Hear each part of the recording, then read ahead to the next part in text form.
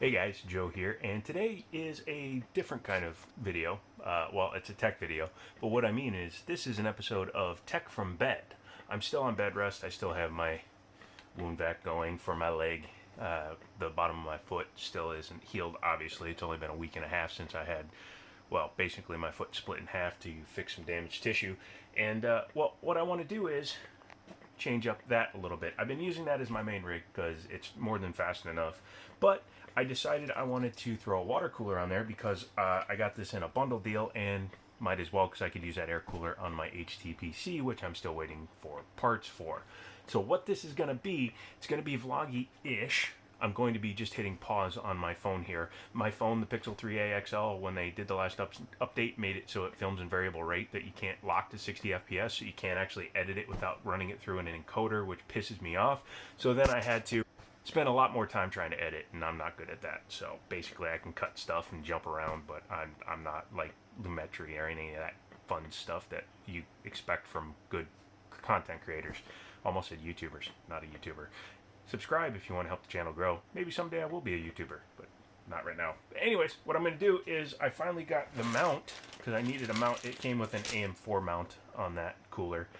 My buddy was using it, and I can clearly see why his CPU was overheating because he only had 3 of the mounting screws, or actually 3 of the mounting tabs that go into the back plate.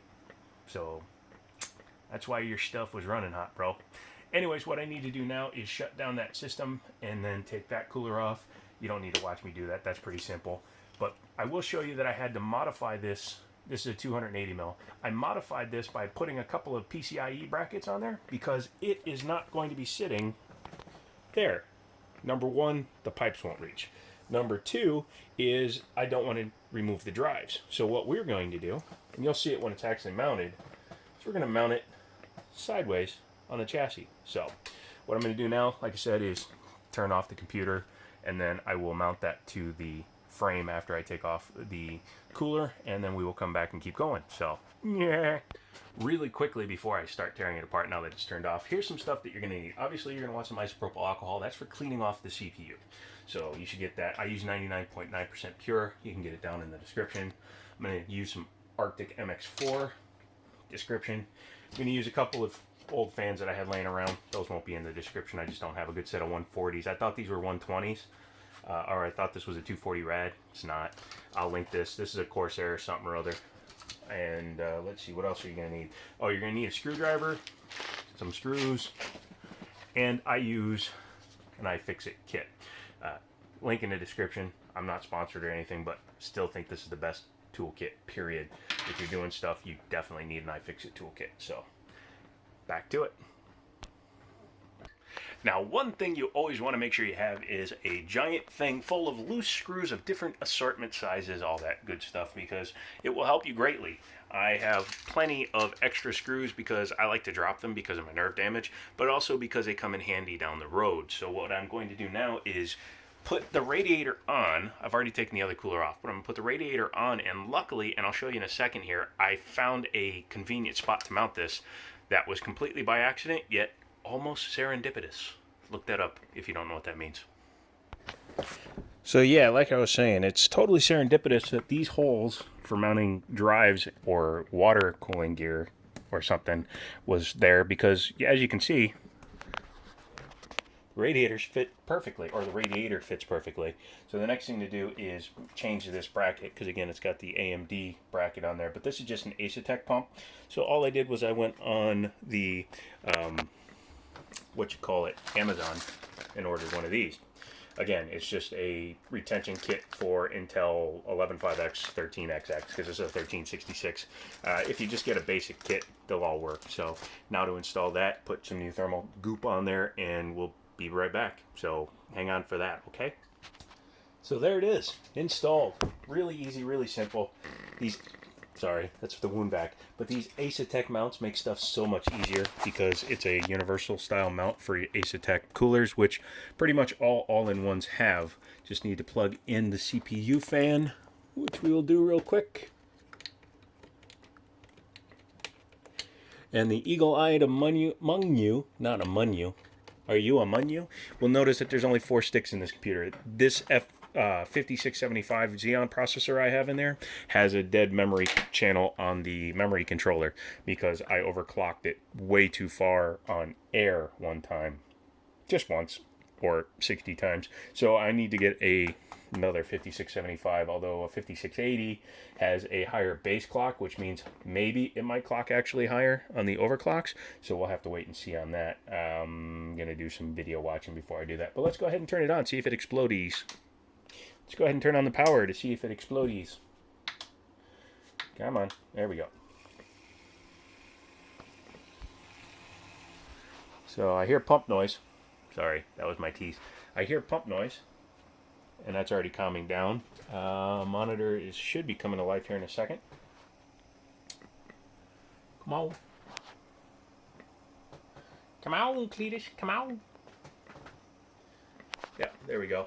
So next thing to do is check out the temps. And again, sorry I'm doing this from bed, but can't really walk around. Otherwise I would. And here on hardware monitor, we're in the high 20s, low 30 range, which is actually cooler than it was running on air. But the real idea will be, let's run a Cinebench real quick. And the thing to remember is this is overclocked to 4.2 pretty conservatively. Should be anyways. It looks like the overclock went away. Let's see what happened. Nope, we're still running all right. 4.1, sorry. Let's see what she's running at. Score doesn't really matter at this point.